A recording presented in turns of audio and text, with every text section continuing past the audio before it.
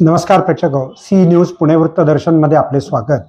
येत्या नवीन वर्षामध्ये मराठी चित्रपटसृष्टीमध्ये विनोदाची धमाल असणार आहे, कारण प्रशांत दामले, वैभव मांगले यासारखे दिग्गजांचा मुक्काम पोस्ट बोंबिलवाडी हा चित्रपट लवकरच येतोय। परेश मोकाशींनी दिग्दर्शित केलेला हा चित्रपट आता आपल्या भेटीला येतोय। आज पुण्यामध्ये झालेल्या पत्रकार परिषदेमधील हा त्यांचा संवाद। विवेक फिल्म्स, मयसभा, करमणूक मंडळीकृत, परेश मोकाशी दिग्दर्शित, लिखित आणि मधुगंधा कुलकर्णी, दिलीप शितोळे निर्मिती मुक्काम पोस्ट बोंबिलवाडीचा टीझर नुकताच प्रदर्शित करण्यात आला। 1 जानेवारी 2025 रोजी प्रदर्शित होणाऱ्या या चित्रपटाने नवीन वर्षाची सुरुवात धमाल विनोदाने होणार अशी खुणगाट टीझरमुळे पक्की झाल्याचे दिसून येते। हरिश्चंद्राची फॅक्टरी, एलिझाबेथ, एकादशी, वाळवी या 3 मराठी चित्रपटांना मिळालेल्या राष्ट्रीय पुरस्काराच्या हॅट्रिक नंतर लेखक दिग्दर्शक परेश मोकाशी आणि निर्माती मधुगंधा कुलकर्णी यांचा हा चित्रपट आहे। पिढीनुसार पण मागच्या पिढीला कुठले आवडतं, तर त्या दृष्टीने तुम्हाला ह्याच्यासाठी काय प्रयत्न करावे लागले?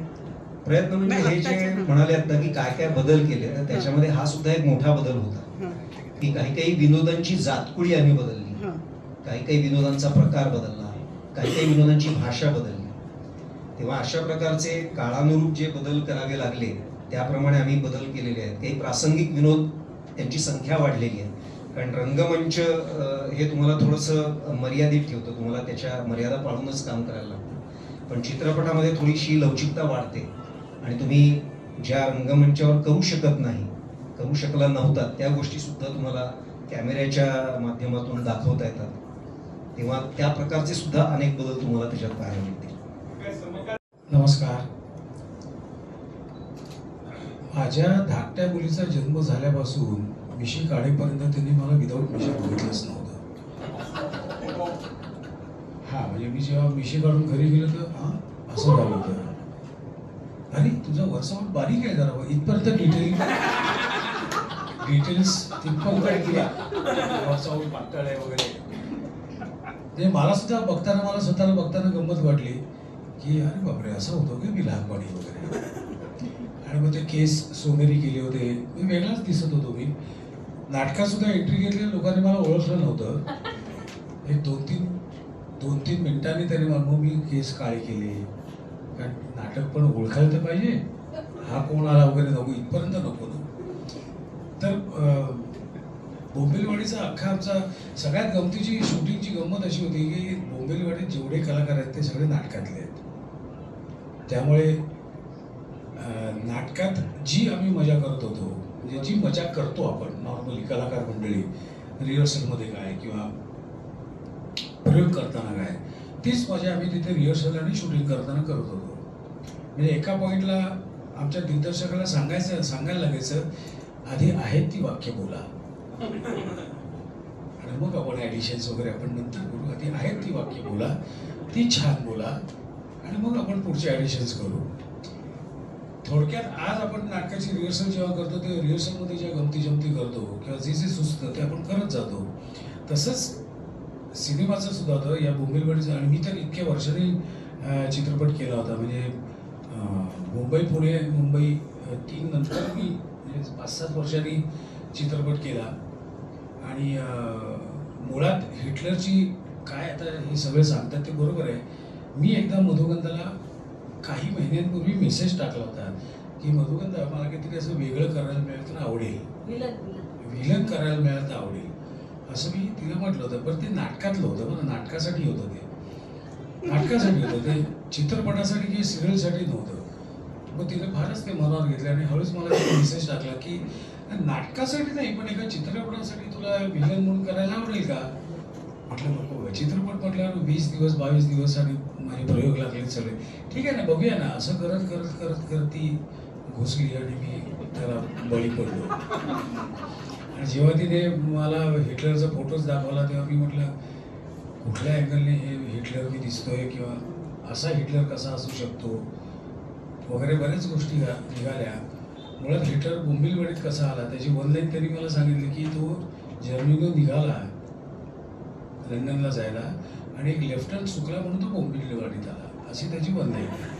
थोडक्यात कॉमेडी हिटलर पाहिजे, कॉमेडी हिटलर पाहिजे होता, गोड हिटलर त्यांना पाहिजे होता आणि मी गोड आहे असं माझं काही पण म्हणजे हा हिटलर असूच शकत नाही, तरी हा हिटलरच आहे असं यांना प्रूव्ह करायचं, बाकी काही नाही.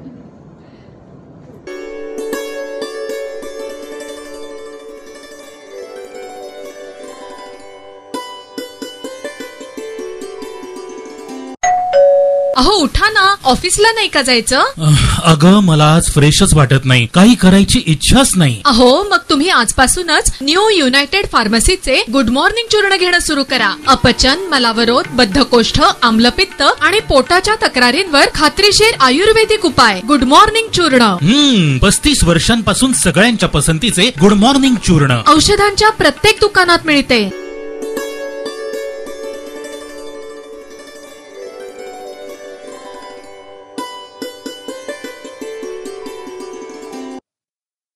प्रेक्षको, आपल्या सर्वांनाच मराठी भाषेला आता अभिमत दर्जा मिळाल्याचा अभिमान तर आहेच. 98वं अखिल भारतीय मराठी साहित्य संमेलन 21, 22 आणि 23 फेब्रुवारी 2025 रोजी दिल्लीत दिमाखदार सोहळ्यात होणार आहे. त्या दिमाखदार सोहळ्याकरता स्वागत अध्यक्ष म्हणून शरद पवार यांची घोषणा आज संस्थेच्या वतीनं करण्यात आली. 98वं साहित्य संमेलन जे दिल्लीमध्ये होत आहे त्या संदर्भामध्ये आज पत्रकार परिषद झाली, ज्याला पुण्यातल्या सगळ्या वर्तमानपत्रांचे आणि इलेक्ट्रॉनिक मीडियाचे लोक हजर होते. विशेषतः साहित्य परिषदेचे महामंडळ जे होते मिलिंद जोशी आणि सुनीताराजे होत्या.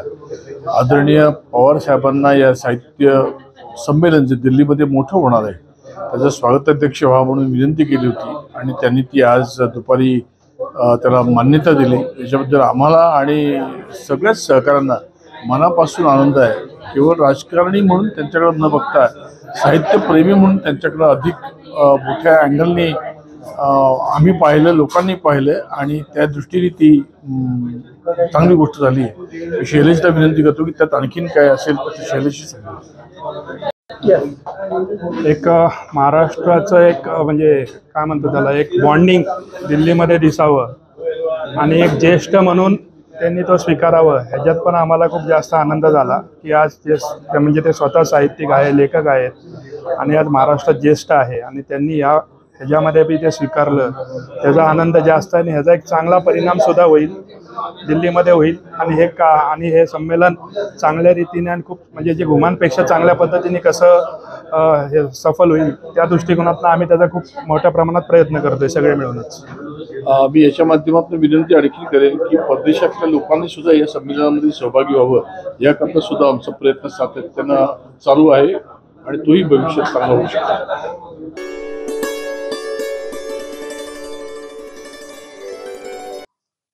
नमस्कार प्रेक्षको, डॉक्टर शैलेश गुजर, पुणे वृत्तदर्शनमधून. पुणेकर वाचन करतात, दुपारच्या वेळेला ते वाचन करतात, रात्रीच्या वेळेला वाचन करतात. दिवसात जेव्हा जेव्हा वेळ मिळेल तेव्हा वाचन करण्याची संस्कृती पुण्यात दीर्घकाळापासून आहे. त्यामध्येच बुक ट्रस्टच्या वतीनं आता राजेश पांडेंच्या मार्गदर्शनाखाली मागील वर्षीही मोठं एक संमेलन घडलं, याही वर्षी हे घडतंय. शांतता पुणेकर वाचत आहेत ही अतिशय कॅची स्लोगन त्यांनी तयार केली. जाणून घेऊयात या संस्थेविषयीचा हा पत्रकार परिषदेतला संवाद. 14 ते 22 डिसेंबर जे पुणे पुस्तक महोत्सव पुण्याच्या फर्ग्युसन महाविद्यालयाच्या मैदानावर होत आहे, त्या पुस्तक महोत्सवाच्या निमित्ताने पुणेकरांचा सहभाग वाढवण्याच्या दृष्टीने आणि पुणेकरांचं वाचनाची एक आवड सगळ्यांसमोर येण्याच्या दृष्टीने एक अभिनव उपक्रम आम्ही केलाय. येत्या 11 तारखेला संपूर्ण पुणे हे वाचणार आहे. प्रत्येकाच्या हातात पुस्तक असणार आहे. प्रत्येक सार्वजनिक ठिकाणी वाचनाचा कार्यक्रम होणार आहे आणि त्यावेळी त्याला आम्ही नाव दिलंय शांतता पुणेकर वाचत आहे अशाप्रकारे. आणि पुण्यातल्या सर्व सामाजिक संस्था, शैक्षणिक संस्था, औद्योगिक संस्था, सर्व प्रकारच्या संस्था या सगळ्या त्याच्यामध्ये सहभागी होतील. सर्व वैद्यकीय सेवा देणारे संस्था सहभागी होतील, सर्व NGO सहभागी होतील, सर्व राजकीय पक्ष सहभागी होतील. सगळ्यांनी सहभागी व्हावं असं आवाहन करतोय. प्रत्येक पुणेकरांनी 1 तास त्या दिवशी राखून ठेवावा आणि 1 तास काहीतरी सामूहिक, वैयक्तिक, सार्वजनिक ठिकाणी वाचनाचा कार्यक्रम करावा. अशा प्रकारचा एक अभिनव पुस्तकाच्या दुनियेतली एक चळवळीचं एक रूप आपण या निमित्ताने करतोय. माझी आपल्या सगळ्यांना विनंती आहे की या सगळ्या याच्यामध्ये पुणेकरांनी सहभागी व्हावं अशा प्रकारचं आव्हान आम्ही सगळ्या पुणेकरांना या निमित्ताने करतो आहोत आणि खूप वेगळ्या प्रकारे हा कार्यक्रम होणार आहे।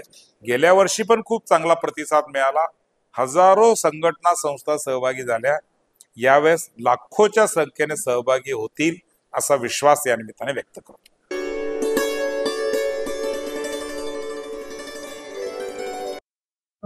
पुण्यातली वैकुंठ स्मशानभूमी ही अतिशय मोठा आणि परिसर करण्यात आलेला आहे, परंतु त्यातल्या काही सुविधांच्या बाबतीमध्ये नागरिकांच्या आणि तेथील जवळच्या राहणाऱ्या रहिवाशांच्या तक्रारी होत्या।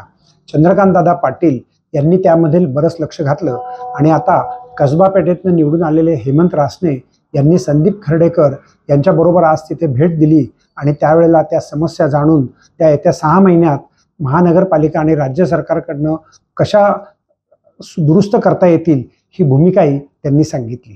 क्रिएटिव्ह फाउंडेशन आणि नमलराज हे हिंदू आणि ट्रस्टच्या वतीनं आज देव दिवाळीच्या निमित्तानं आणि आमचे स्नेही मित्र हेमंतजी रासने हे कसब्याचे आमदार झाले, या निमित्तानं या ठिकाणी वैकुंठ स्मशानभूमीतील कर्मचाऱ्यांना लागणाऱ्या काही दैनंदिन वस्तू भेट देण्यात येत आहे। त्याच्यामध्ये खुर्च्या, कपाट, टेबल आणि इतर वस्तू आहेत। आता हेमंतजी आमदार झाल्याचा आनंद हा देव दिवाळीच्या दिवशी आम्हाला या ठिकाणी साजरा करायला मिळतो आहे। मी हेमंतजींना या निमित्ताने एक छोटीशी विनंती अशी करणार आहे की आता वैकुंठ स्मशानभूमीचं सर्व कामकाज हे आपण टेंडरच्या माध्यमातून प्रायव्हेटायझेशन त्याचं केलेलं आहे आणि वेगळ्या वेगळ्या संस्था याचं संपूर्ण मॅनेजमेंट करतात, पण या ठिकाणी लागणाऱ्या ज्या विविध वस्तू आहेत त्या मात्र महापालिकेच्या तर्फे दिल्या जातात। कालच मी या ठिकाणी कर्मचाऱ्यांशी बोलताना मला जाणवलं की या ठिकाणी रक्षा विसर्जनासाठीची जी आपली गाडा आहे तो गाडा शॉर्टेज आहे, तेही मी ट्रस्ट तर्फे देऊ शकतो। पण हेमंतजींना जेव्हा मी हे सगळं फोनवर सांगितलं तेव्हा ते म्हणजे तुम्ही काळजी करू नका, वैकुंठात कुठलीही गोष्ट कमी पडू देणार नाही। पुणेकरांसाठी वैकुंठ हे अत्यंत महत्वाचं आणि त्यांच्या अंत्येष्टांच्या अंत्यविधीनंतर सुद्धा लोकांना आपली आपली ज्या आठवणी आहेत त्या जतन करण्याचं ठिकाण आहे। मी या ठिकाणी काहीही कमी पडू देणार नाही। या ठिकाणी नगरसेविका मंजुश्री खर्डेकर, नगरसेवक राजेशजी येनपुरे, महापालिकेच्या विद्युत विभागाच्या प्रभारी अभियंता, अधीक्षक अभियंता शेकटकर मॅडम व सर्व कर्मचारी आहेत, मी सर्वांच्या वतीनं हेमंतजींना शुभेच्छा देतो आणि त्यांची कारकीर्द बहरो आणि कसबा मतदारसंघातीलच नव्हे तर त्यांनी पुणे शहराचं स्थायी समिती अध्यक्ष म्हणून जे नेतृत्व केलंय ते नेतृत्व या पुढच्या काळातही ते करतील आणि शहराला ज्या ज्या गोष्टींच्या उणिवा भासतात त्या पूर्ण करतील असा विश्वास व्यक्त करून हेमंतजींनी आपल्या सर्वांशी संवाद साधावा अशी विनंती। साहित्य आपल्याला या ठिकाणी कर्मचाऱ्यांना दैनंदिन उपयोगाचं लागतं आणि त्याची गरज आहे आणि त्या गरजेच्या वस्तू आपल्या स्थानिक स्वराज्य महापालिकेच्या माध्यमातून त्यांना उपलब्ध होत्या। म्हणजे अनेकदा विद्यार्थ्यांना सांगून सुद्धा त्या योग्य वेळेपर्यंत त्यांना मिळत नाही आणि मागील 2-2.5 वर्ष हा प्रशासनाचा कारभार असल्यामुळे इथे अनेक लोकप्रतिनिधी आहेत, त्याच्या निधीतून सुद्धा त्या वस्तू उपलब्ध होत नाही। तर अशा आवश्यक असणाऱ्या वस्तू आमचे मित्र फाउंडेशनचे संस्थापक अध्यक्ष संदीपजी यांनी त्या दिल्या। संदीपजी अतिशय संवेदनशील असणारं नेतृत्व आहे, त्यांना ज्या ज्या ठिकाणी आवश्यकता आहे त्या त्या ठिकाणी ते सातत्याने काही ना काहीतरी सामाजिक उपक्रम सातत्याने करत असतात। या उत्कृष्टसारख्या ठिकाणी शक्यतो कोणी काय करायचं प्रयत्न करत नाही, परंतु माझ्या माहितीनुसार संदीपजी इतर वर्षाला काही ना काहीतरी कार्यक्रम करत असतात। वस्तू ते या ठिकाणी फेब्रुवारी महिन्यामध्ये त्या ठिकाणी वेगवेगळ्या माध्यमातून कार्यक्रम करत असतात।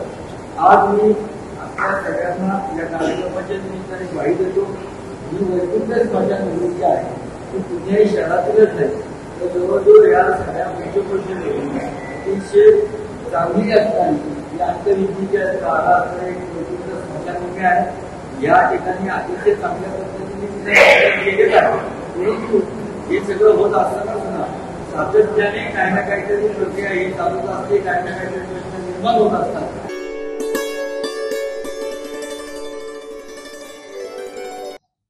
नमस्कार प्रेक्षक, सी न्यूज पुणे वृत्तदर्शन मध्ये आपलं स्वागत।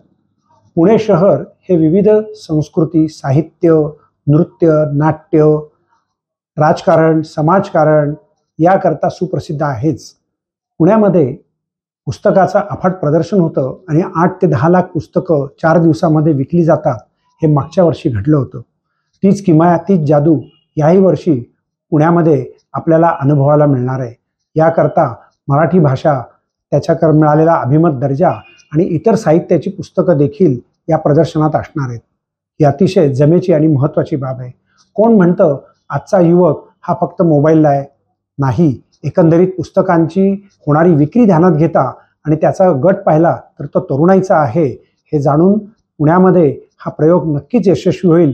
तसा तो आता जगभर, देशभर, पुणे शहरातली विमानतळं, रेल्वे स्थळं, एस.टी. स्टँड या ठिकाणीही आता बुक ट्रस्टचे स्टॉल असले पाहिजेत असं आम्हाला वाटतं. पाहत रहा सी न्यूज पुणे वृत्तदर्शन.